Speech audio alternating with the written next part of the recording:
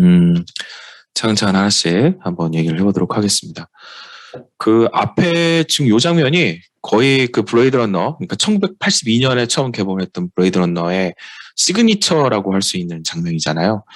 그러니까 LA의 풍경, 그리고 거대한 광고판. 80년대 초만 하더라도 정말 일본이 우길승천하던 시기라서 이제 뭐 미국이 완전히 일본의 경제에 집어먹힐 것이다. 뭐 이런 거에 대한 위기감도 굉장히 컸었고, 그런 좀 어떤 강박적 분위기 같은 거, 그런 미국이 느끼는 아시아에 대한 두려움, 이런 것들이 이런 미래의 풍경에 많이 반영이 되어 있죠. 그리고, 근데 이제 정작 이 작품의 배경이 되는 2019년보다는 지금이 더 오래됐잖아요. 더 먼 미래가 되었죠. 2021년이고, 이제 곧 조금 있으면 이제 2022년, 이제 우린 2020년대의 세계를 살아야 되니까. 그래서 과연 내가 살고 있는 이 세계가 2019년 그니까를 다뤘던 1982년의 그 영화와 비교를 했을 때 얼마나 각고도 다른가라고 하는 것들을 오며 가며 이렇게 아주 번화한 곳을 갈 때마다 한번 비교를 해보게 되는데, 서울의 그 SM타운 거기 앞에 있는 광고판이잖아요. 아마 이제 K 콘텐츠와 관련되어 있는 영상이나 아니면 뭐 프로모션 같은 거 할 때도 요 광고탑을 활용을 하는데요.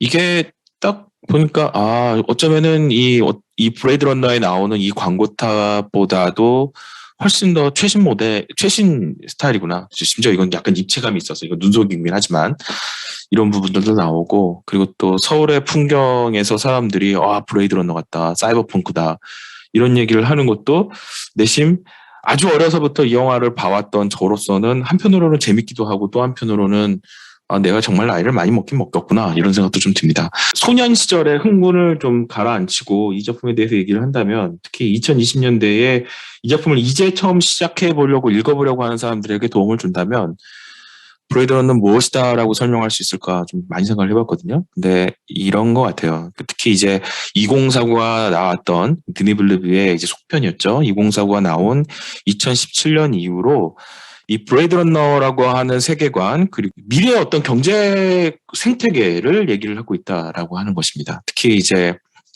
1979년, 그러니까 에이리언의 첫 번째 시리즈가 나왔던 1979년 이후로, 이거 거진 한 40여 년의 세월이죠. 그 세월에 걸쳐서 리들리 스콧이 반복적으로 계속해서 시리즈로 만들어 나가고 있는 이야기는 결국 자본주의의 역사이고, 그 자본주의가 어떻게 지구라고 하는 한계를 넘어서서 우주로 확장될 것인가, 그렇게 우주로 확장된 자본주의 역사는 궁극적으로 우리에게 무엇을 의미하는가라고 하는 것을 얘기하는 것 같습니다. 여기 맨 왼쪽에 보이는 이 웨이랜드 유탄이, 이게 이제 작중 설정에서는 2015년에 그 설립이 돼서요. 처음에 이 회사가 이제 막 커지는 계기가 된 게 태양열 발전입니다. 지금 이 태양열 발전의 그 발전 효율이 25%? 30%가 채 안 되죠. 근데 이제 그거를 획기적으로 늘리게 되면서 이제 전 지구의 에너지 문제를 획기적으로 해결을 한다. 그리고 이제 그 이후에 이제 그 뭡니까? 안드로이드라든가 아니면 우주 경제에 필요한 그런 기본 SOC 사업에 막 계속해서 확장을 해나가면서 이 회사가 이제 막 커나가는 그런 과정들이 보이는데요. 에이리언 시리즈는 무려 250년 동안의 이 웨이런드 유타니 코퍼레이션의 성장 과정을 보여주는 얘기라고 볼 수 있겠죠. 에이리언이 그 제노모프, 그러니까 그 외계의 거의 무적의 외계 생물체와 리플리가 싸우는 그런 이야기이기만 한 것이 아니라, 결국에는 이 회사가 피는 염산이고, 그리고 도대체 그 우주 공간에서도 죽지도 않고 계속 살아있고 극강의 그러한 전투력을 가지고 있는 외계 생물체를 자신들의 이제 사후 이제 그 사업 자본으로 삼기 위해서 어떻게 포획할 것인가에 대한 이야기이기도 합니다. 그리고 그것을 막기 위해서 자사 노동자가 자기 회사에 어떻게 반응하는가에 대한 얘기이기도 하죠. 무려 얼마나? 250년 동안 그런 노사 간의 갈등이 벌어지는 이야기라고 볼 수 있을 것 같습니다. 타이렐 코퍼레이션은 이제 그 작중 설정에서는 이게 이제 90년대 말 정도로 설립이 된 것으로 나옵니다. 특히 그리고 이 회사는 이 웨이랜드와 마찬가지로 안드로이드를 생산을 했고, 그 안드로이드 생산을 통해서 이제 우주 개발, 우주 식민지 개척에 아주 혁혁한 공을 세우게 되는 회사라고 할 수 있겠죠. 이 타이렐 코퍼레이션은 그 2019년 이후의 시간대에서, 그러니까 2049가 개봉되는 그 새로운 이제 세계관의 확장이 이루어지게 되는 그 사이에 한 번 망합니다. 그리고 이 회사의 모든 이제 성과들을 이제 월레스 코퍼레이션이라는 회사가 이제 흡수를 하게 되죠. 그래서 작중 상황에서는 1990년대 후반부터 시작해서 2049년까지, 그러니까 2050년대, 2000년대 21세기 중반기까지가 계속 이 월레스, 그리고 타이렐 코퍼레이션에서 출발했던 월레스 코퍼레이션의 성장 과정을 보여주죠.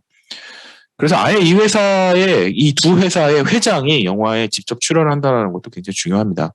타이렐 코퍼레이션에서는 이 타이렐 회장이 등장을 해서 자사 제품이었던 로이라고 하는 그 리플리컨트죠. 이 회사 제품 이름이 리플리컨트에게 살해당하는 장면이 나오고요. 월레스에서는 과거 타이렐 코퍼레이션에서 비밀리에 만들었던 이 모델들이 자연 임신에 성공했다라는 소식을 이제 뒤늦게 알게 되고, 그 제품을 이제 회수를 해서 이제 그 기술을, 그리고 또 그 DNA 정보나 아니면 이런 것들을 다시 이제 획득을 하려고 하는 이야기로 나오게 됩니다. 그래서 저는 이거를 블레이드 러너 기필기에서는 스콧 우주 경제사다라고 이렇게 정의를 내린 바 있었습니다. 그래서 이 작품들을 자본주의가 앞으로 어떻게 발전해 나갈 것인가, 지금 우리가 애플, 구글, 테슬라, 뭐 아마존 이런 회사들 보고 있는데 그 회사들이 과연 앞으로 어떻게 될까, 이런 것들을 생각할 때 블레이드 러너를 한번 좀 다시 찾아볼 필요가 있겠다라는 생각이 듭니다. 실제로 앨런 머스크는 아주 열렬한 블레이드 러너 광이기도 합니다. 이 사람은 일본 애니메이션도 굉장히 좋아해가지고요. 얼마 전에 자기가 추천하는 일본 애니메이션 이렇게 쭉 그 리스트도 올리고 그랬는데, 아무튼 이 앨런 머스크는 2019년 디셈버 1, 그러니까 2019년이 되었을 때, 12월 1일이 되었을 때 이 영화의 가장 유명한 대사 중에 하나죠. 멍이 좋아해요? 라고 하는, 그리고 이거 인공 가짜예요. 이거 우리가 사람이 만든 거예요. 라고 하는 그 대사를 이렇게 느닷없이 적는다거나, 사이버 트럭의 출시를 정하는 데 있어서 이 블레이드 러너의 작중 시간대와 사이버 트럭의 이제 그 공개, 그리고 또 이제 생산을 하게 되는 이 시기가 거의 비슷하다라고 하는 것 때문에 이제 나름대로 막 그것에 대한 의미를 가지기도 하고요. 사이버 트럭의 디자인 자체가 블레이드 러너에서 나오는 이 스피너들, 그리고 여기에서 나오는 시드 미드라고 하는 퓨처리스트 산업 디자이너가 디자인했던 이런 자동차들을 상당 부분 많이 이렇게 디자인에 반영을 한 그런 거라고 볼 수 있습니다. 그리고 이 사람이 맨날 하는 얘기가 있죠. 지금 스페이스X가 사업이 지금 잘 돼가고 있는 중인데 인간을 이제는 다행성종으로 만들어야 한다라고 하는 얘기를 하고 있습니다. 전 세계 사업가들 중에 이런 종류의 모토를 노골적으로 이야기를 하면서 실질적인 그러한 성과들을 내고 있는 사업가는 이 사람밖에 없는 것 같습니다. 그러니까 딱 요거예요.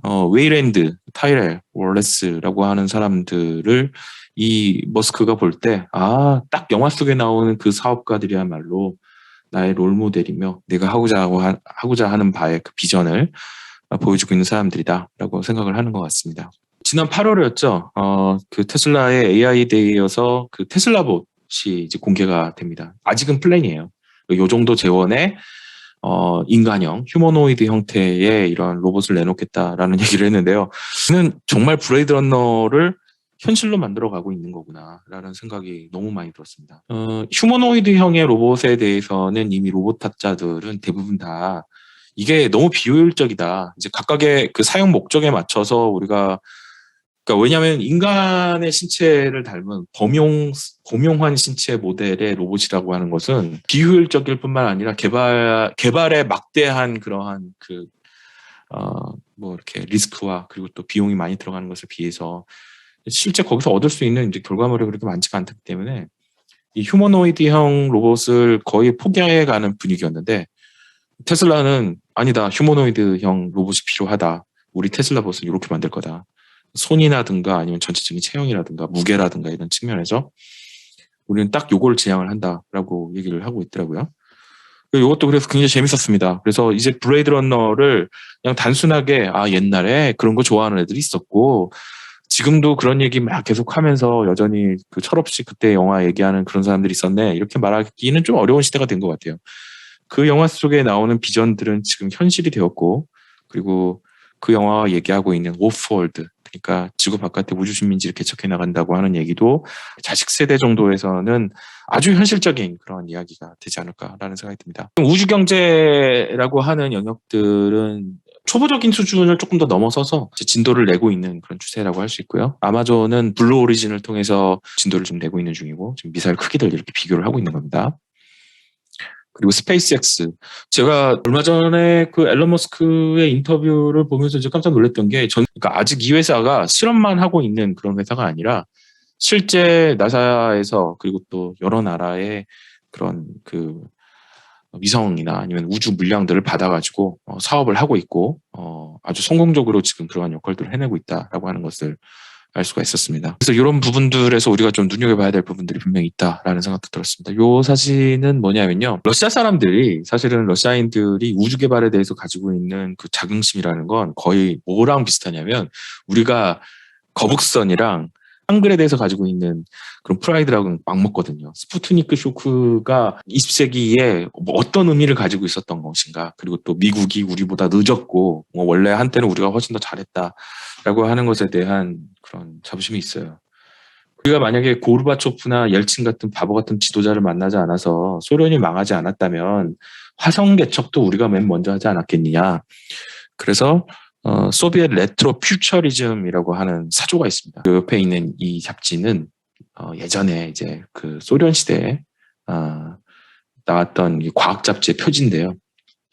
이때만 하더라도 우주에 대한 비전이 이제 영미권, 그러니까 자본주의 신념과는 조금 더 달랐습니다. 훨씬 더 뭐 이것을 뭐 사업의 영역이다 이렇게 생각하는 것이 아니라 사회주의 사상을 이제 지구를 넘어서서 우주로 확장시킨다라고 하는 그런 원대한 비전을 가지고 있었기 때문에, 이러한 비전이 앨런 머스크식의 양키 사업가가 아니라 그 망하지 않은 구소련의, 그러니까 소련의, 만약에 평행세계 어딘가에서 소련이 계속해서 우주 개발을 하고 있다면 지금 이 왼쪽에 나오는 것 같은 이런 비전을 화성에 실현하지 않겠느냐, 이런 그림을 그리는 사람들이 있습니다. 그래서 아까 말씀드렸던 소비엣 레트로 퓨처리즘의 굉장히 중요한 소재 중에 하나가 바로 화성에 소련이 계속 잔존할 수 있다면 어떤 미래를 맞이하게 될까, 이거라는 내용도 잠깐 얘기를 좀 드리도록 할게요. 다시 좀 영화 얘기를 좀 돌아가면요. 10월 20일 날 그 드네빌르브의 듄이 개봉을 했는데, 제가 이제 아이맥스로 이제 듄을 보면서 깜짝 놀랐던 게, 그 조도롭스키가 1974년에 이 프로젝트를 진행을 하면서 이제 여러 가지 이제 아트웍을 많이 만들어내요. 그 중에 하나가 아라키스 행성에서 그 우주선이 날아가는 장면이라든가 뭐 이런 것들. 그래서 잠자리 형태의 우주선을 이제 처음에 이제 자기 스토리보드에다가 이제 넣었는데, 그게 거기에 나오더라고요. 그래서 드니블버가 정말 연구를 많이 했구나. 그러니까 조덥스키가 하고자 했으나 이제 엎어졌던 그 유산들을 발전적으로, 그러니까 그걸 모두 다 끌어내는 거는 사실상 불가능하고, 조덥스키 자신이 약간 과대망상증 환자라서 막 이것도 하자 저것도 하자, 이 사람도 끌어들이자 저거 사람도 끌어들이자 하다 보니까 완전히 망해버린 프로젝트라고 할 수 있는데요. 그 중에서도 그래도 이 미완의 프로젝트에 대해서 오마주를 바치면서 동시에 또 새로운 2020년도의 듄 시리즈가 기여할 수 있는 어떤 그런 부분들을 이렇게 효과적으로 가져왔습니다. 제가 이 얘기부터 드리는 이유는, 이 블레이드 러너는 이 조드롭스키의 듄의 유산을 선택적으로 되게 잘 받은 그런 그 프로젝트라고 얘기할 수 있을 것 같아요. 왜냐하면 일단 에이리언에 그 참여를 했던 아티스트들, 여기 참여했던 이를테면 장지로 메비우스라든가 HR 기건은 바로 이 조드롭스키의 듄에 합류를 했었던 아티스트들이었습니다. 조덥스키가 이제 듄 프로젝트에서 이제 잘리게 된 이후에 이 프로젝트가 여러 감독들을 이렇게 경유를 하게 됩니다. 그 사이에 이제 그 중에 한 사람이 바로 리들리 스콧이었던 것이죠. 그리고 리들리 스콧은 조덥스키가 만들어 놓은 그 방대한 그 프리프로덕션 자료집을 검토를 하면서 이제 거기에 이제 결합하고 있는 이 유럽의 그런 그 아주 영민한 그 새로운 감각으로 어떤 SF적인 감각들을 만들어내고 있는 그런 아티스트들을 이제 많이 거기서 이제 확인을 하게 됩니다. 그리고 그 사람들을 어디에 반영하게 되느냐? 바로 처음에 에이리언, 그 다음에 블레이드 러너의 이 작업들이, 그러니까 여기에 그 결합을 했었던, 그러니까 듄에 결합을 했었던 인적 자원들이 두 작품에 분산해서 참여를 하게 되죠. 그런 점에서 본다면은 그 제일 망한 사람은 조도롭스키고 결국엔 리들리 스콧이 이 사람의 망했던 그 페어에서 쓸만한 것들을 다 주워다가 이제 두 편의 걸작 영화를 만들어내게 되는 거죠. 그래서 이것도 굉장히 그래서 흥미로운 지점입니다. 이거는 1976년작인 댄 오베넌의 The Long Tomorrow라는 작품이고, 여기에 이제 그림을 그린 사람이 바로 메비우스입니다. 그 우리가 블레이드 러너에 나오는 그 2019년 LA의 풍경, 그리고 하늘을 나르는 자동차에 대한 설정이라든가 아니면 그런 특유의 그 누아르적인 분위기, 테크노아르의 분위기라고 하는 것들은 바로 이 The Long Tomorrow라고 하는 이 메비우스와 댄 오베넌의 이 만화에서 상당 부분 착안했다고 해도 과언이 아닙니다. 블레이드 러너에 나오는 브로드러베리 빌딩에 대한 설정, 그리고 또 도시 공간 위에서 하늘을 날아다니는 자동차에서 볼 때의 도시스케이프의 어떤 그러한 그 상황들, 이런 것들도 전부 다 이 The Long Tomorrow라는 작품을 반영했다고 볼 수 있겠죠. 그리고 또 한편이 바로 프리츠랑의 메트로폴리스고요. 에노버노는 앞에 얘기했었던 이 에일리언의 각본가이기도 합니다. 부터 아무래도 이 리들리 스콧이 이 듄의 페어로부터 에이리언과 블레이드 러너라고 하는 이제 두 개의 프로젝트를 이제 진행을 같이 하다 보니까 그러니까 계속해서 그런 얘기는 있었어요. 82년에 이제 블레이드 러너가 개봉을 하고, 물론 이제 평단에서도 처음에는 어마어마하게 혹평을 했습니다. 그러니까 이 블레이드 러너 좀 이상한 것 같다, 영화 좀 산으로 간 거 아니냐? 좀 괴상하다. 필립 K. 딕의 원작을 살렸다고 보기도 좀 어렵고, 뭐 그리고 또 해리슨 포드의 연기에 대해서도 모두 다 혹평하는 그런 분위기가 아주 역력했습니다. 그 건들건들 그냥 막 냉소적으로 연기를 하는 건지 마는 건지 막 그런 말투하며 뭐 이쁘게 봐줄 만한 구석이 정말 없는 그런 영화였었거든요. 하지만 이제 점차 이 영화가 다시 재평가를 받게 되죠. 그러면서 동시에 사람들이 이제 이 영화에 대한 이제 컬트 팬들이 점점 늘어나게 되면서 이 영화가 복권을 하게 되고, 그때마다 계속 얘기 나오는 게 이 에이리언의 세계관과 블레이드 러너의 세계관이 병합할 수 있지 않느냐. 그리고 그 오래된 소문이 한 20년 정도 된 떡밥이거든요. 그 블레이드 러너와 에이리언의 세계관 병합에 대한 그 떡밥이 작년 2020년에야 드디어 이제 풀리게 됩니다. 리들리 스콧이 이제는 제법 나이가 먹어서 이제 어느 날 갑자기 이제 그 부고 기사를 본다고 해도 이제 이상할 게 없는 나이거든요. 그래서 이분이 그 자기 생애에 결국엔 돌아가시기 전에 이 많은 사람들이 기대하고 있는 블레이드 러너와 에이리언의 세계관 병합이라고 하는 이 문제를 어떤 식으로든 해결해 주시고 떠나지 않을까라고 많은 사람들이 기대를 했습니다. 그리고 그게 HBO Max에서 작년에 이제 개봉 그 TV 시리즈물인 레이즈드 바이 wolves라고 하는 작품입니다.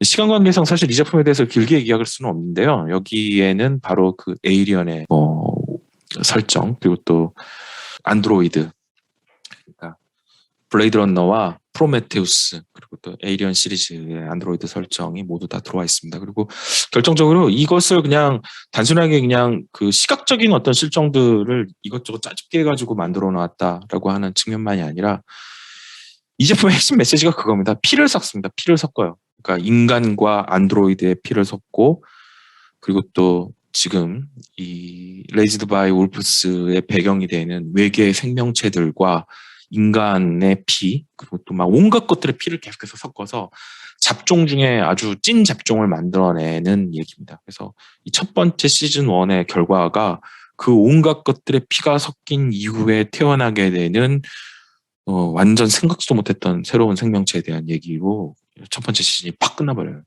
기회가 되시면 꼭 한번 이거 찾아보시기 바랍니다.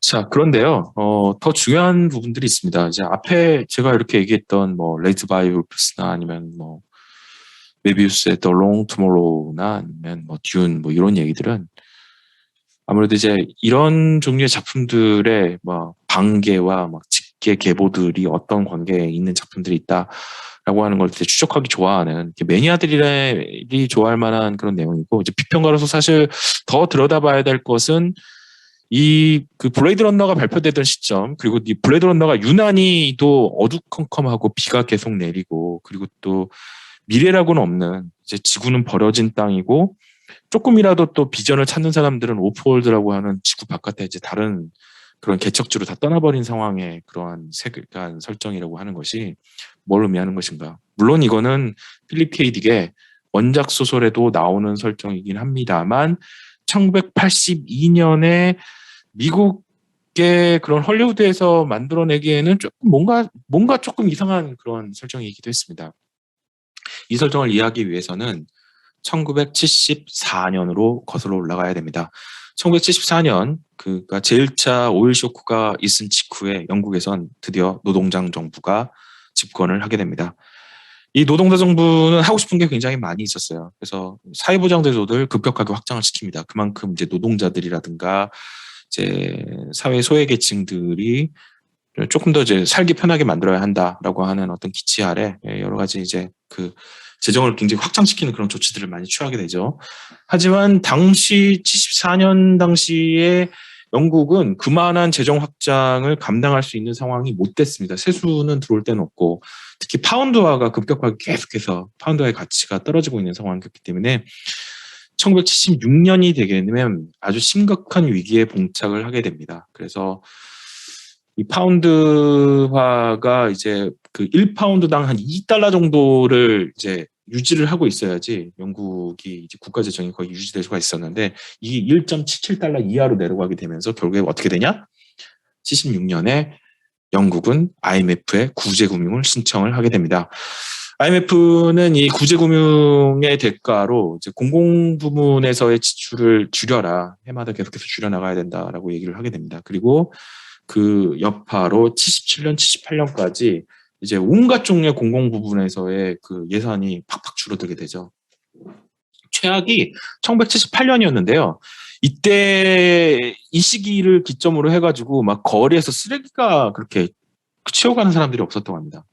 그래서 어느 거리를 걸어가든 이렇게 쓰레기가 잔뜩 쌓여 있고, 왜냐하면 이제 그 재정 지출이 계속해서 줄어들다 보니까 이제 파산하는 도시들도 생겨나게 되고, 그러다 보니까 이제 파산을 한다는 건 동시에 뭘 의미하는 겁니까? 이제 도시에 이제 뭐 쓰레기를 청소를 하는 공무원이라든가 이런 분들에게 그 임금이 지급이 안 되는 거죠. 그러니까 그런 모든 종류의 그런 공공 서비스들이 일제히 중지가 되다 보니까 거리가 뭐 온통 이 모양 이 꼴이 되는 거죠. 그리고 바로 이 1978년을 기점으로 해서 영국의 이른바 반문화가 해동을 하게 됩니다. 그게 바로 펑크입니다. 펑크예요. 그 펑크의 구호 중에 하나가 대영 제국은 불타고 있다. 그리고 no future, 우리에겐 미래가 없다. 이런 걸 외치게 되죠. 한쪽은 극좌로서 다 망해버려라. 이건 우리에겐 미래가 없다. 이건 다 엉망진창이야. 뭐 왼쪽부터 오른쪽까지 전부 다 엿먹어라.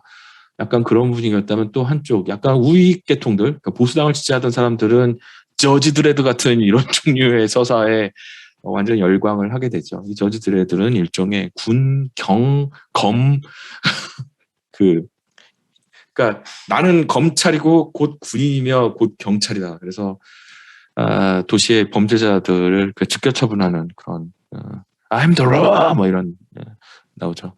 그래서 구구파에서는 이런 종류의 영웅을 좋아하고, 극좌나 아나키스트들은 펑크에 빠져서 우리에겐 미래가 없다라고 얘기하면서, 자, 영국이 정말 뭐랄까 한편으로는 정말 엉망진창인데 또 한편으로는 새로운 어떤 문화적인 전기를 이렇게 맞이하게 되게 됩니다. 블레이드 러너에 나오는 그 곳곳에서 이 작품이 이제 40년대나 아니면 그 예전에 헐리우드의 누아르물을 스타일적으로 계속 끌어안고 있으면서 동시에 계속해서 뭐 거기 작중 인물 중에 하나인 프리스라든가 이런 인물들을 통해서 1970년대 말에 영국의 펑크 문화에 대해서 나라가 망해버렸을 때 도시는 어떤 풍경이 되고 마는가라고 하는 것들에 대해서 계속해서 이렇게 그림을 만들어냈다고 하는 것은 역시나 리들리 스콧이 영국 감독이고, 그리고 그가 미래에 대해서 가지고 있는 감성은 E.T. 따위나 만들어내는 미국, 그러니까 스티븐 스필버그 같은 감독과는 완전히 질적으로 다르다라고 하는 것을 알 수가 있겠죠. 한국에서 이 블레이드 러너가 이제 처음 받아들여지게 되는 건 극장이 아니었습니다. 극장에는 못 들어왔어요. 비디오 출시를 먼저 하기는 했습니다만 사실 대부분의 사람들은 언제 봤냐 이거를 1987년 1월 7일 그 주말의 명화로 보게 됩니다. MBC 주말의 명화. 이때 이제 한국에서 이제 개봉됐때의 이제 제목명은 서기 2019년이었습니다. 여기 이쪽에 보시면 인조인간과의 갈등, 서기 2019년, 주말의 명화, 해리슨 포드, 신령은 이제 쇼언영을 그다음 이거 이렇게 쓴 거죠. 이 워너브러더스 82년 작품 공상과학 영화. SF 좋아하는 사람들은 경기 일으키는 이 단어죠. 하지만 옛날 뭐 미래의 지구 세계, 인조인간과 인간과의 새로운 갈등이 발생한다. 뭐 이런 얘기가 나옵니다.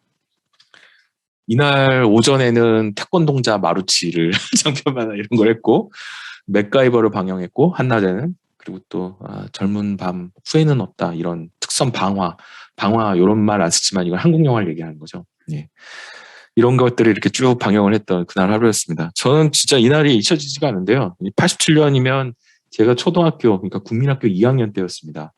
이날 그 MBC 뉴스 그러니까 이 주말의 명화를 하기 전에 이 뉴스 데스크에서 무슨 기사가 나왔냐면은 이날이 이제 히로히토 천황이 사망을 하고 이제 그러면 연호가 바뀌잖아요. 쇼와에서 헤이세이로 넘어가는 헤이세이 천황의 연호로 바뀌게 되는 바로 그 첫날이 바로 이 1987년 1월 7일이었습니다. 옛날 얘기죠. 그리고 또 이제 재밌는 게 그 자취를 감췄던 그 고문 기술자 이근한에 대한 소식도 이날 이 뉴스에서 나왔어요. 이 사람이 어디로 도망쳤다, 뭐 어쩌다, 뭐 이런 얘기가 나오고 그리고 이제 아무래도 이제 곧 1990년대가 시작될 거이기 때문에 이 1990년대를 준비하는 국내 주요 기업의 동향과 각오 막 이런 것들도 막 소개되고 했던 그런 뉴스 데스크였던 게 기억이 납니다. 하지만 저는 그때는 되게 어렸기 때문에 그러니까 앞에 아마 이 시기 그러니까 80년대 말 그리고 90년대 초 사이에 블레이드 러너를 이제 처음 접했던 당시 10대나 20대의 이제 젊은 영화광들은 스타일에 압도됐던 것이죠. 예, 스타일에 압도되었고 이거 이런 세상에 이렇게 뭔가 SF라는 거는 다 애들이나 보는 거고 막 우주 공간에서 뿅뿅뿅뿅 하는 것들이 대부분인데 전혀 그렇지 않네. 뭔가 대단히 뭔가 새롭다. 이런 그런 시각적인 충격에 대한 반응들은 있었을지언정 이 작품이 그러니까 70년대 말에 경제 불황 또 거기서 생겨나는 이제 펑크 라고 하는 문화와 아주 깊이 연관관계가 있다라고 하는 것은 이제 몰랐던 것이죠. 그러니까 사이버펑크물이긴 하지만 사이버나 아니면 SF로서는 받아들여졌지만 펑크로서 이 작품이 받아들여지는 맥락은 훨씬 더 이후의 일이기도 합니다. 87년 상황을 생각해보면 1985년만 하더라도 그러니까 딱 2년 전이었던 5년 이때만 하더라도 연평균 한국의 경제 성장률이 10.4%였어요. 10.4%씩 경제 성장을 합니다. 지금은 마이너스 성장만 하지 않으면 다행이다라고 하는 상황인 것과 비교를 하면 이 시기의 한국 경제 성장 속도라고 하는 건 영국이 한때 막 그 구제금융을 받아야 될 만큼 대영제국이 망했다. 그건 그냥 남의 얘기인 거죠. 우리에겐 그런 일은 없을 것이다. 한국은 계속해서 발전할 것이다라는 생각을 했었던 겁니다.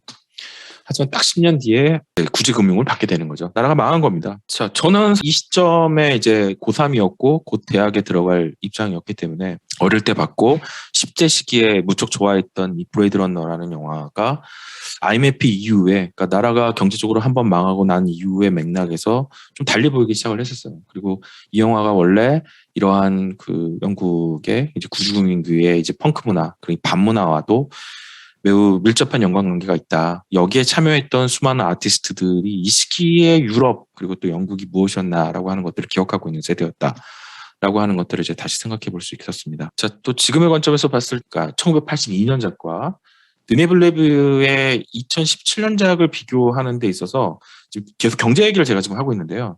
여러분이 영화를 이제 다시 꼭 보실 기회가 있다면 좀 눈여겨 보셔야 될 장면이 뭐냐면요.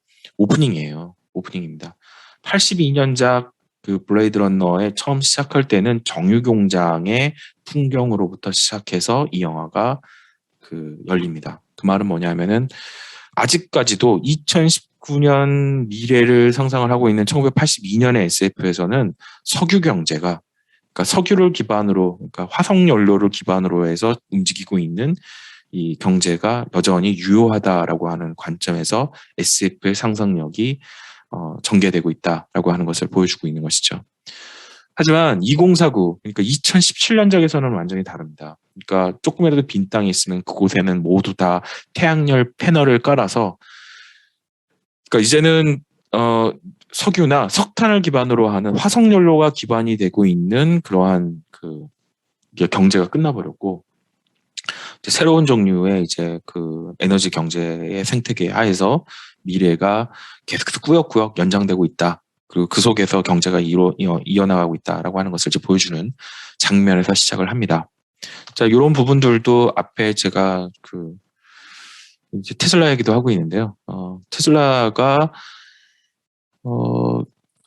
전기 자동차 그리고 또 그 화성으로 실제 이제 우리가 이주를 하게 될 경우에 그곳에 이제 시민지를 개척을 하게 될 경우에 어떤 에너지를 기반으로 자본주의 사회를 구축할 것인가에 대한 비전을 계속해서 사람들에게 제시를 하잖아요. 그리고 그것에서 굉장히 중요한 부분이 바로 이런 태양열 발전인 것이고, 요건 영화 장면이 아니라 이제 실제 있는 그 태양열 패널, 그 대형 그런 태양열 발전기입니다. 그리고 또 하나는 지금 이것도 영화 장면은 아니고요. 2049에서 굉장히 중요한 부분 중에 하나인데, 그 호주가 그 모래폭풍에 지금 거의 한 10여 년째 계속해서 시달리고 있습니다. 지금은 브라질도 이런 종류의 모래폭풍에 시달리고 있다고 하는데요. 그러니까 기후위기라고 하는 그런 상황들, 그리고 기후위기 상황에서도 자본주의가 지속 가능할 수 있을 것인가에 대한 물음, 이 부분에 대해서도 블레이드 러너의 세계관은 항상 아주 밀접하게, 그리고 또 그것을 어떻게 SF의 상상력으로 끌어안을 것인가에 대한 부분에 깊이 있는 어떤 상상력을 전개시켜 왔다라고 좀 제가 볼 수 있을 것 같은데요. 특히 2049가 그런 부분에 있어서 굉장히 중요한 성취를 했다고 생각합니다. 그리고 요것도 이제 그 모래폭풍과 관련된 이제 부분들이죠. 이거는 베이징입니다. 베이징의 천안문 광장에 있는 그런 대형 LED판인데, 하늘은 온통 뿌옇고 사람들도 지금 마스크를 다 쓰고 있는데, 여기 LED 화면에만 이 파란 하늘을 볼 수가 있죠. 2049 얘기를 좀 자세히 해보도록 하겠습니다. 이게 결국에는 2020년대 블레이드 러너의 세계관을 이해한다는 것의 의미, 82년판 블레이드 러너를 만들었던 그 스태프들이 거의 대부분 다 참여를 합니다. 그때 각본가부터 시작해서, 그리고 또 뭐 감독인 리들 스코트 거기에 다 참여를 하고요. 뭐 시드 미드도 감수자의 역할로 참여를 하고, 대부분 다 참여를 했기 때문에 자신들이 차원해냈던 그 블레이드 러너의 세계관이 2010년대 말 그리고 2020년대 사람들에게 어떻게 계속해서 다시 이야기될 수 있을 것인가에 대한 비전을 한 번 더 제시한다는 점에 있어서 굉장히 중요하다고 볼 수 있습니다. 그래서 2049가 원작만 못하다, 전편만 못하다라고 말씀하시는 분들은 글쎄요, 그 원작을 만들었던 세계관의 그 설계자들이, 그러니까 이 세계관을 가지고 앞으로 이런 얘기를 더 할 수 있어요라고 하는 것에 대한 추가적인 어떤 그런 이야기를 더 했다는 점에서 그냥 마음에 안 든다라고 그냥 넘어갈 게 아니라 좀 더 자세하게 읽어보려는 노력이 좀 더 필요하다는 생각이 좀 듭니다. 이 월레스라는 사람입니다. 제가 이제 책에서도 이제 그런 얘기를 했지만 이 사람은 좀 눈이 멀었고요.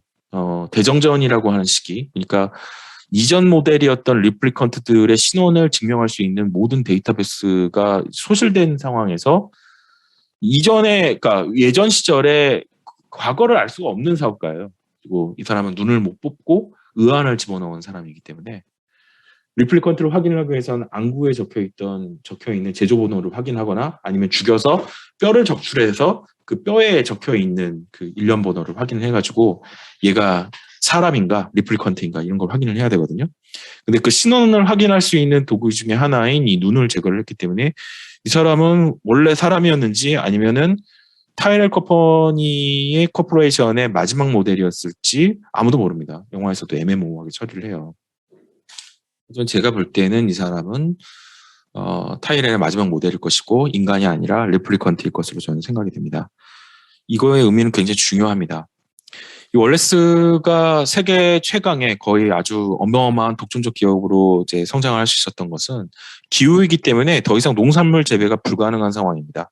그리고 그런 상황에서 식량 위기를 겪을 수밖에 없는데 이 월레스는 어떤 거? 바로 이런 그 단백질을 제조할 수 있는 약간 애벌레 형태의 그런 인공 생물을 만들어냅니다. 그러니까 재밌는 점은 월레스사에서 만들어내는 이런 단백질 제조를 하게 만드는 애벌레와 여기에서 생산해내는 생산품인 리플리컨트는 사실상 같은 회사의 제품인 거죠. 그러니까 제품군이 굉장히 넓어요.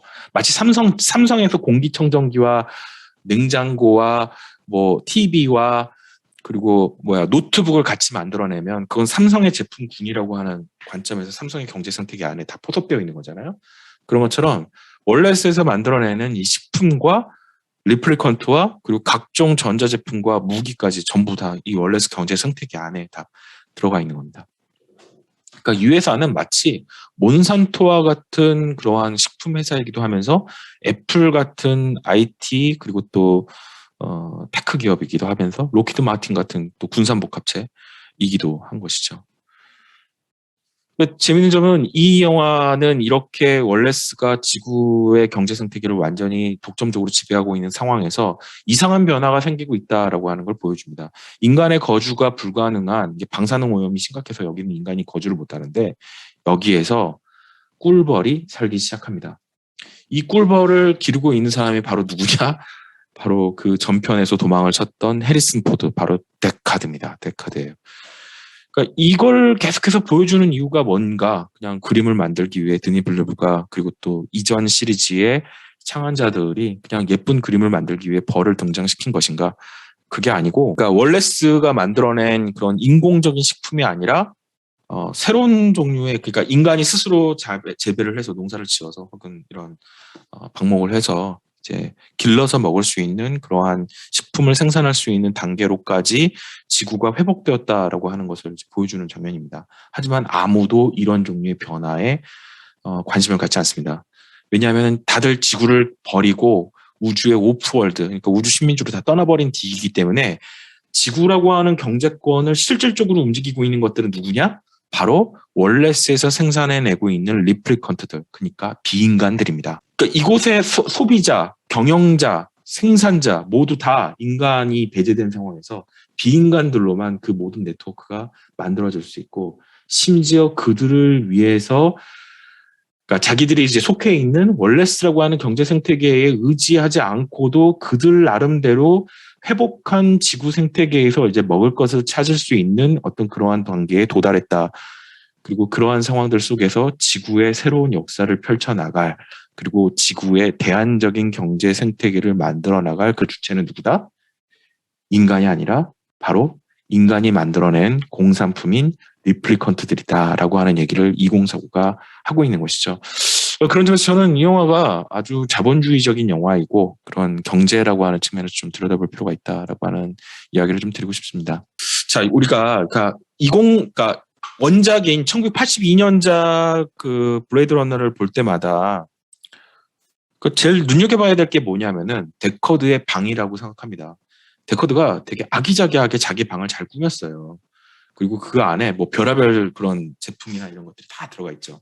그냥 혼자 사는 남자의 자취방이다라고만 이렇게 보는 것보다는 왜 그렇게 얘가 강박적으로 자기 집안에 막 이런저런 물건들을 많이 갖다 놓을까? 뭐 피아노라든가 그리고 또 되게 강박적으로 사진과 관련되어 있는 그런 그 장치들이나 이런 것들도 많이 갖다 놓거든요.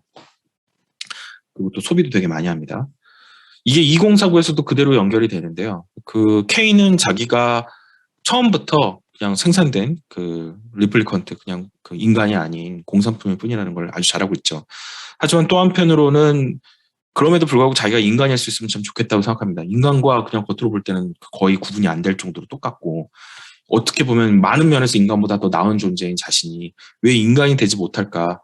근데 인간처럼 행동을 하고 인간 대접을 받을 수 있는 단 하나의 기회는 소비를 할 때뿐이거든요.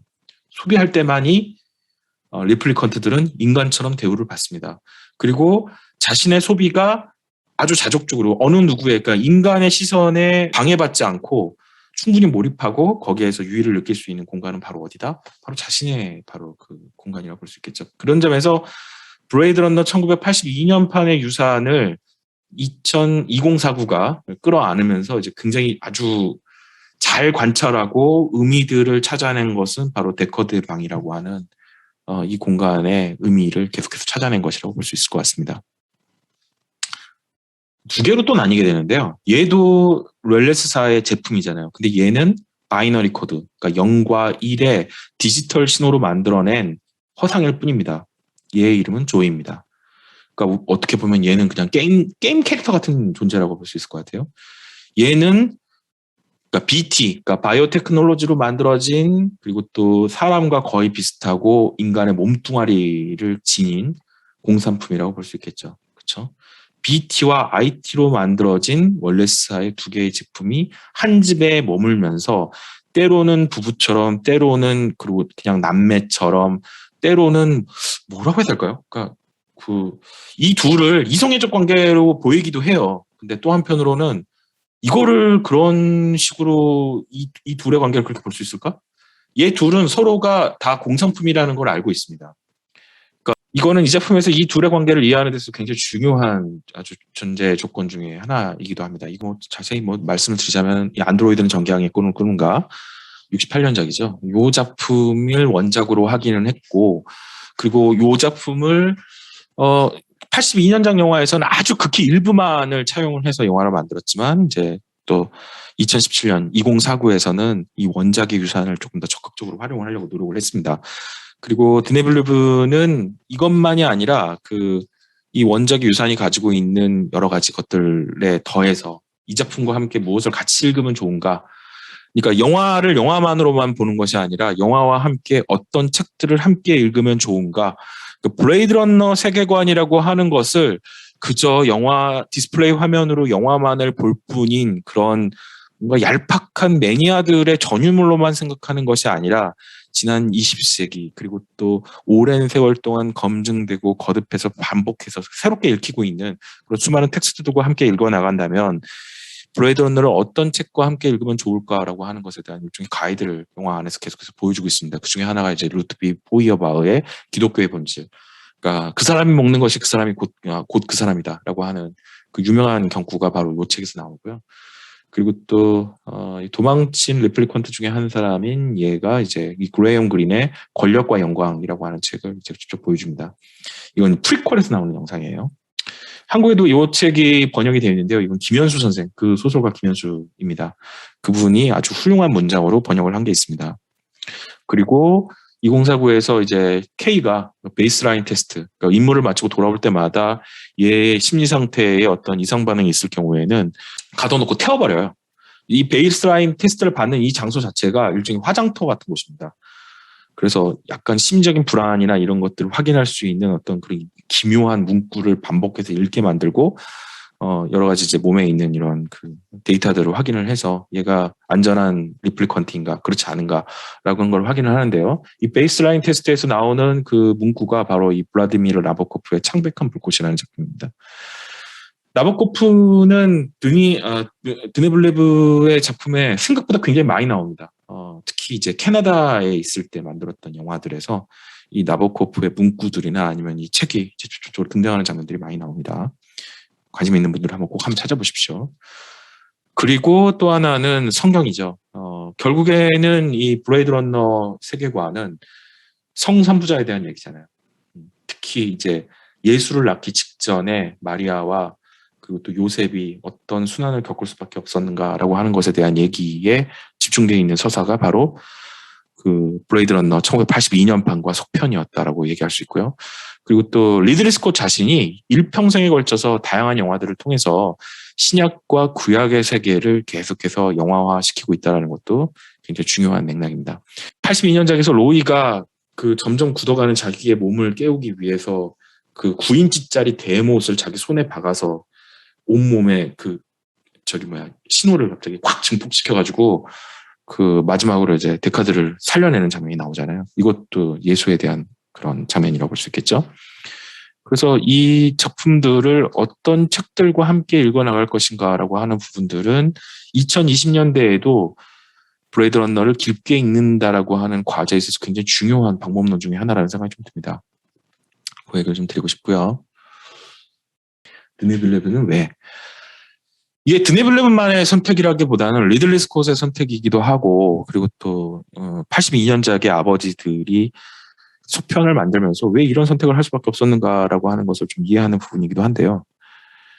일단 타이렐의 모토였던 너 모 휴먼 된 휴먼, 그러니까 인간보다 더 인간다운이라고 하는 것은 이제는 리플리컨트 해방전선, 그러니까 월레스사의 폭정에 맞서서 도망친 리플리컨트들이 자신들을 인간보다 더 인간다운 존재라고 얘기를 하면서 해방운동을 펼치는 그 레지스탕스들의 구호로 박혀 있습니다. 이게 2049의 설정이에요.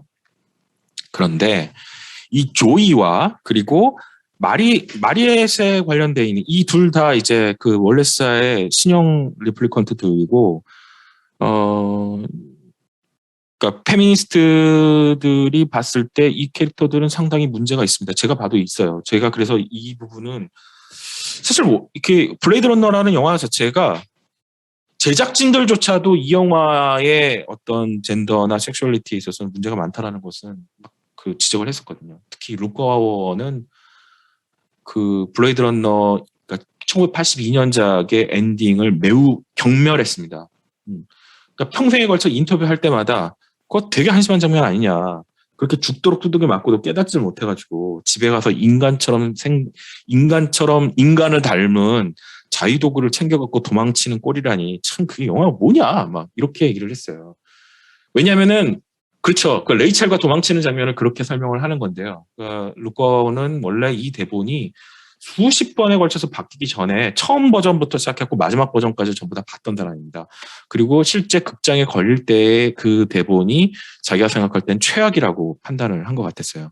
그리고 리들리 스콧이 얼마나 많은 훨씬 더 훌륭한 비전들을 가지고 이 영화를 만들 수 있었음에도 불구하고 헐리우드의 간섭 속에서 영화가 약간 산으로 갔다라고 하는 것에 대한 자괴감 같은 걸 분명히 느끼고 있었던 것이죠. 그리고 또 이 각본가들도 각본이 바뀔 때마다 그 헐리우드의 제작자들이 필름을 켜놓고 어디에서 레이첼을 누구랑 어떻게 키스를 하게 하고 섹스씬을 어디에 집어넣느니 마느니 하는 얘기를 하면서 킬킬거리는 장면을 볼 때마다 그 각본들이 딱 이렇게 얘기를 했다고 하더라고요. 그러니까 똑 죽어버리고 싶었다.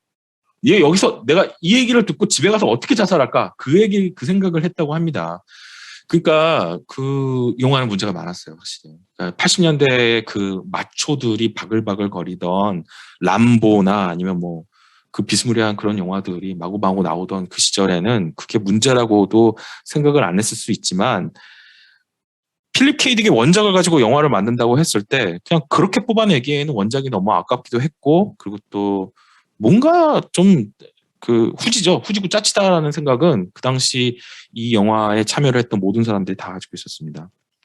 레이첼과 데카드가 사랑을 한다? 아까 그 장면 되게 웃기는 장면이에요. 그거는 사실상 레이첼이 일방적으로 그 데커드에게 강간을 당하는 장면이라고 해도 이상할 게 없죠. 음악을 그렇게 깔아놔서 우리가 착각을 하는 겁니다. 그리고 둘이 사랑을 해서 2049까지 그 로맨스가 유지된다라는 설정도 억지라고 볼 수가 있죠. 그러니까 생각을 해보면 이렇게 볼 수가 있는데요. 뭐냐면 실제 만들어진 결과물과 이 블레이드 러너라고 하는 텍스트가 관객들에게 향유되면서 거기서 또 만들어진 상상계는 또 따로 있어요. 그러니까 이 둘 사이의 갭을 우리가 좀 더 냉정하게 판단하는 것은 2020년대의 블레이드 러너를 이해하는 데 있어서 굉장히 중요한 문제 중에 하나예요. 그래서 이 영화 별로다. 그리고 블레이드 러너가 지나치게 과대평가받았다. 원작은 물론이거나와 이 작품의 소평까지도 그런 과대평가받은 영화에 대해서 굳이 여성 관객으로서, 그리고 또 2020년대에 이 블레이드 러너라고 하는 세계관을 처음으로 영접한 사람으로서 별로 마음에 안 든다라고 얘기하는 것도 저는 충분히 일리가 있다라고 생각을 합니다. 일리가 있어요. 특히 이제 레이첼 역을 맡았던 슈원 영은 지금까지도 그 당시에 자신은 그런 촬영 현장에서 약간 이지매 비슷한 걸 당했습니다. 슈원 영이 성격이 좀 독특해가지고요. 그렇게 별로 헐리우드에서 그렇게 소문이 좋은 배우는 아니었어요. 이 용어는, 이 말은 뉘앙스가 굉장히 여러 가지인데 뭐 굳이 그거는 뭐 제가 복잡하게 설명을 하진 않겠습니다. 그래서 해리슨 포드는 슈원 영을 촬영장에서나 아니면 촬영장 밖에서나 그 공개적으로 경멸했고, 그건 리들리 스콧 감독 역시도 마찬가지였습니다. 루커는 어쨌든 헐리우드 바깥에 그리고 네덜란드 사람이었기 때문에 그런 취급을 당하는 슈원 영이 되게 가엾었대요. 자기가 볼 때는 그냥 약간 야심이 있는데 일은 잘 안 풀리고 처세할 줄은 잘 모르는 그냥 불쌍한 소녀일 뿐이었는데 어찌됐든 이 영화가 레전드가 되었기 때문에 이게 모두 다 해피하게 생각할 수 있는 상황에 이르긴 했지만 이제 그런 내막들이 분명히 있었던 것이죠.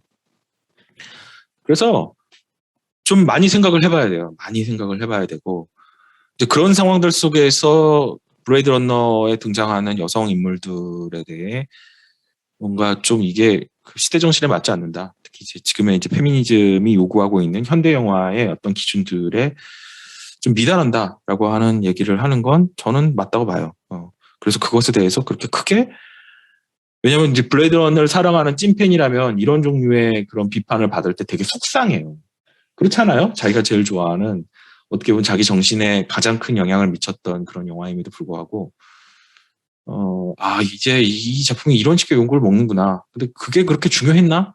내가 이 영화를 되게 중요했던 시절에는 이걸 그렇게 중요하다고 생각하지 않았지만 이제 지금은 이제 많이 중요하게 생각하게 되었고 그 점이 이 영화의 가치나 아니면 이 영화의 위대함이 이제 빛을 발하게 되는 어떤 그러한 그 변곡점이 되는구나. 이런 것들을 생각하게 되면 속상하죠.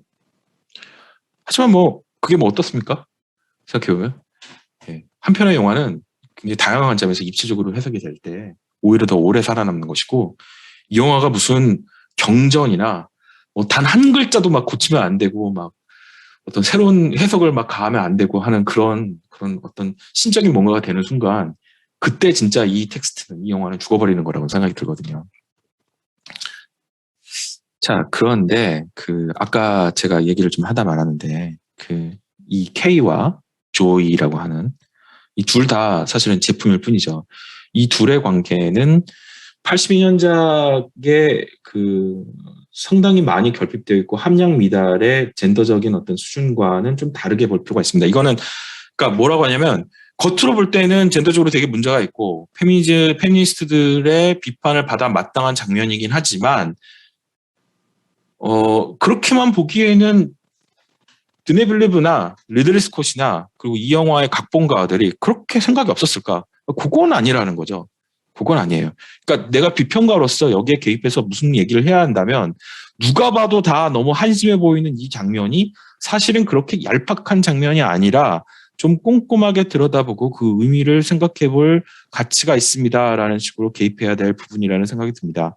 비평가는 그러니까 자세히 보지 않고 그냥 그 텍스트에 침을 뱉는다면 그 사람과는 저는 팔짱을 걷어붙이고 힘껏 싸워볼 필요가 있다는 생각이 듭니다. 그런 식의 모독에는 그게 블레이드 러너가 됐든 어떤 텍스트가 됐든 비평가로서 결코 참아줄 수 없다고 생각합니다. 자, 그런 점에서 제가 좀 들여다볼 필요가 있어요. 뭐냐면은 바로 이 조이의 서사로 조이의 관점에서 블레이드 러너 2049를 볼 필요가 있어요. 조이는 일관되게 뭘 하냐면 얘는 육체를 갖고 싶어 합니다. 소비자로서 조이, 그러니까 월레스사에서 생산되었고 그리고 또 K가 구입해서 자기 집에서 동거하고 있는 제품이자 동거인이자 그리고 또 그 자신이 이 에뮬레이터라고 하는 이 그 확장 기기를 K가 사와요. 그것도 자기가 임무를 수행한 다음에 보너스를 받고 그 보너스를 가지고 이 에뮬레이터로 조이를 확장시킴으로써 조이는 드디어 자신이 그냥 K가 사용하는 제품이 아니라 소비자로서 행동을 행동을 할 수 있는 그러한 그 역량을 이제 갖게 됩니다. 그러면서 이제 조이가 하나씩 자기가 자의식을 가지고 하나씩 소비를 하게 되는데요. 하나씩 소비를 해나가는 과정이 나오는데 얘가 궁극에 처음 소비를 하려고 하는 건 바로 뭐냐면은 육체를 갖는 것이다. 그러니까 그 유명한 장면. 얘가 이제 마리아에서 불리죠. 요 셋이서 그러니까 그 K 그리고 조이 그리고 마리엣 셋이 쓰리썸을 하는 장면이 나오죠. 극장에서 저도 이 장면을 봤을 때 깜짝 놀랐어요. 야, 이건 진짜 욕을 먹으려고 아주 작정을 하셨구나. 2017년쯤에 이런 장면이 나온다라는 게 이게 될까? 이건 좀 아닐 것 같은데? 그렇죠. 그러니까 드니 블레그는 사실 이런 성적인 연출이나 이런 부분에 있어서 굉장히 절제하는 편이고 무슨 기독교 수사라고 해도 될 만큼 별로 그렇게 그런 장면들을 만드는 데 있어서 의욕이 없는 감독이에요. 별로 그런 게 없습니다. 그런데 보면은 얘네들 일터 장면이 나오죠. 이게 LA 뒷골목 장면인데 여기에서는 아예 막 그 매춘하는 장면들 이런 것들이 나와요. 이 장면 보면서도 우와 정말 진짜 제대로 두들겨 맞겠구나. 이런 요소를 끌고 들어오는 것도 1982년판의 유산이라고 2049에서 이렇게 그대로 계승하는 것은 이거 욕먹기 딱 좋은데 너무 각이 딱 나오는 거잖아요. 누가 봐도 욕을 할 수 있는 장면이니까. 그런데 이제 한 번 더 생각을 해봅시다. 뭐냐면은 자 여기서 이렇게 성매매를 하고 있는 게 인간일까? 이걸 먼저 생각을 해볼 필요가 있어요. 인간이 여기에 와서 그 성과 관련되어 있는 서비스를 제공하는 리플리컨트들에게 지금 이런 서비스를 하고 있는 걸까? 이거는 좀 생각을 해볼 필요가 있습니다. 왜냐하면 2049의 세계에서 인간의 인구 비율은 극도로 줄어들었습니다. 그러니까 전편에서의 지구에서도 그 지구 안에 있는 인간의 비율은 현저하게 줄었지만 30년 뒤의 미래는 그거보다도 훨씬 더 줄어들었어요. 그래서 사실상 100명이 있으면 그 중에 한 90명 정도는 대부분 다 월레스사의 리플리컨트들입니다. 그러면 여기 와서 이러는 애들은 대체 그러면 인간들이 자기랑 상대할 수 있는 인간 파트너들이 없어서 그래서 억압된 성욕을 해결하기 위해서 여기서 이렇게 난리를 치는 것인가? 자, 이렇게 볼 필요가 있을 것 같아요. 뭐냐면은 육체를 갖지 못한 그러니까 바이너리 코드로 이루어져 있는 그러니까 이런 디지털 홀로그램 같은 존재인 조이와 같은 애들이 자아식을 갖고 소비를 한다면 얘가 가장 하고 싶어하는 소비는 대부분 다 자신이 육체성을 갖고 그 육체를 가진 상태에서 즐길 수 있는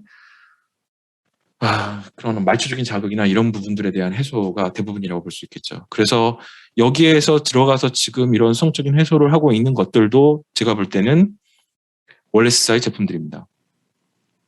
그리고 이 월레스사의 제품들이 요구하는 니즈에 맞춰서 여기 이 집 저 집을 옮겨 다니면서 이게 지금 싱크를 맡는 장면이거든요. 얘는 육체를 가지고 있는 이 마리오시고 얘는 이제 조이죠. 이 둘이 합쳐져서 이렇게 사랑을 나누는 장면이 나옵니다. 이 장면에서 철저하게 K는 도구로서 활용이 됩니다. 얘를 부르는 것도 누구냐 하면은 조이예요. 조이가 불러요. 그러니까 조이의 첫 번째 소비가 그러니까 조이가 자기가 돈을 내서 인간처럼 스스로 만족감을 느끼고 그리고 또 어떤 자존감 같은 걸 느끼는 첫 번째 소비가 바로 요거였다라는 것이죠. 그리고 이것에 대한 그 동의를 구하기 위해서 K를 설득하는 장면도 나도 당신에게 진짜이고 싶어라고 얘기를 하죠. 그래서 이 둘 다 이건 남자도 아니고 여자도 아니고 이 둘은 소비자일 뿐이구나 라는 생각을 하게 되었습니다. 그리고 이게 그러니까 내가 인간이 되고 싶다 혹은 인간에 조금이라도 가까워지고 싶다라고 하는 것에 대한 그런 무의식 그런 욕망은 월레스사가 자기 제품들을 출시해서 그리고 그 출시된 제품들이 소비자로서 또 다른 소비들을 할 때마다 계속해서 따라붙을 수밖에 없는 그러니까 무의식의 수준에서부터 계속해서 그런 종류의 소비를 할 수밖에 없게 애초에 프로그램되어 있다라는 사실을 누구에게 알게 되냐? 바로 리플리컨트 해방전선의 프레이사가 그 얘기를 해줍니다. 너도 네가 인간인 줄 알았어? 우리 모두 다 그런 꿈을 한 번쯤 꿔보지. 모두가 다 그런 생각을 해봤어. 하지만 우리는 그 사람이 아니었어. 라고 얘기를 하죠. 근데 그거보다 더 중요한 거는 휴먼 된 휴먼, 그러니까 인간보다 더 가치 있는 일을 할 수 있으면 우린 인간보다 더 진짜인 거야. 라는 얘기를 합니다.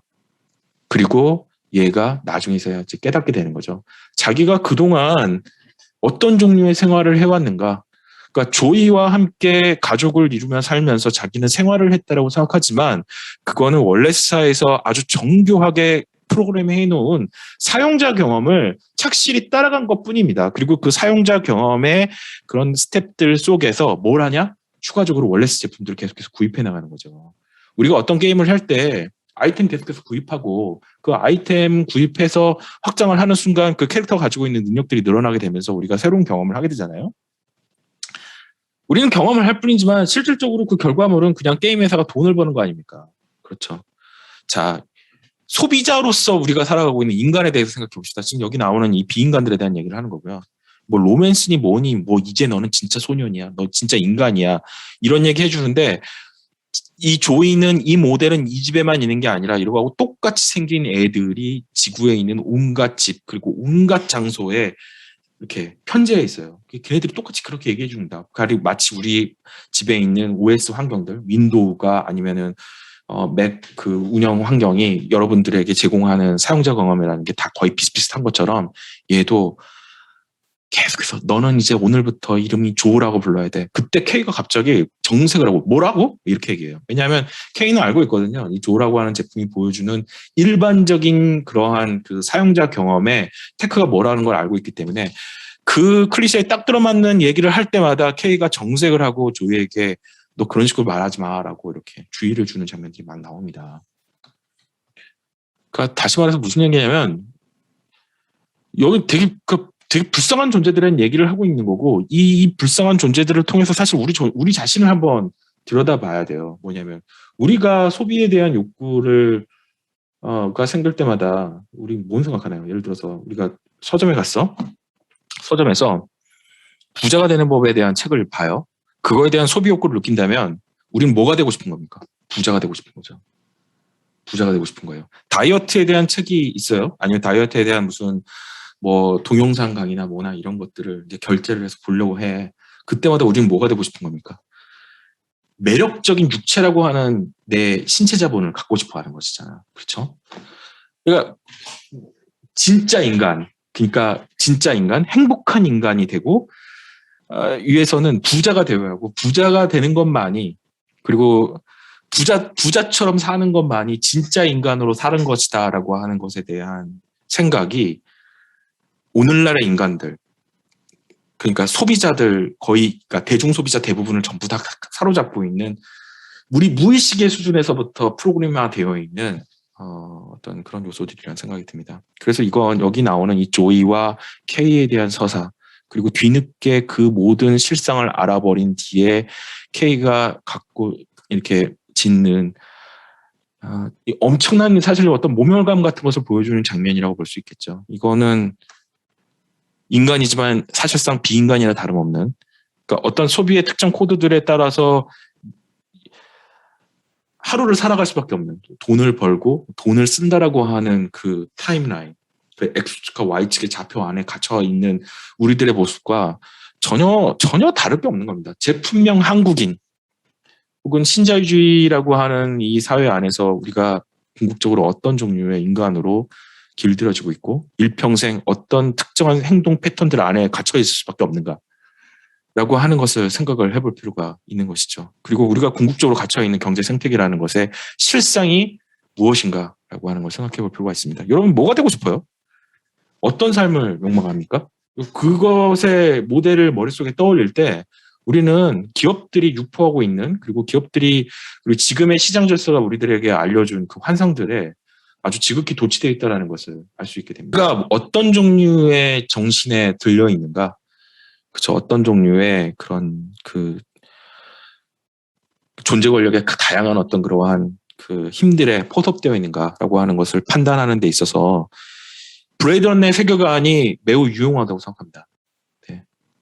우리는 인간이라고 생각하고 인간 아닌 것들의 이러한 장르물 안에서의 서사들을 들여다보면서 이구 불쌍한 것들 뭐 이런 생각을 하고 이건 뭔가 성적으로 대상화되어 있는 이런 존재들을 이렇게 다루는 것에 문제가 있어요. 뭐 등등등 다양한 얘기를 할 수 있겠지만 그거보다 더 비참한 것은 제가 볼 때 지난 20여 년간에 걸쳐서 특히 IMF 이후에 신자유주의 한 20여 년의 시간이 흘렀잖아요. 그 시간 동안에 결국 우리가 무엇이 되었는가라고 하는 것에 대한 자기 반성이 더 필요하다는 생각이 좀 듭니다. 리플리컨트는요, 여러분 초독점 기업의 경제적 필요에 맞춰서 만들어진 인간형이었습니다. 그리고 이들 개량된 인간형에 비교할 수 있는 건 제가 볼 땐 강요된 신자유주의에 적응당한 한국인입니다. 그러니까 리플리컨트, 이 블레이드 런너 서사에 나오는 리플리컨트들이 그랬던 것처럼 제품명 한국인도 인간을 인간일 수 없게 하는 이 체제에 맞설 수 있을까 이런 생각도 해봅니다. 우리 앞에 놓여 있는 2020년대가 이 거대한 투쟁의 시간이 될지 아니면 자본의 논리에 철저히 순화되는 길만이 이어질지 한번 생각을 해볼 필요가 있다라고 생각합니다. 그게 제가 생각할 때 바로 이 점이야말로 2020년대에도 블레이드 러너를 깊이 읽어볼 필요가 있는 것이고, 이 블레이드 러너의 세계관이 여전히 쓸모 있다라고 이 영화를 오랫동안 보고 그리고 또 반복해서 여기 이것저것 생각해봤던 저 같은 사람들이 여러분들에게 드릴 수 있는 이야기일 것 같습니다. 자, 여기까지입니다.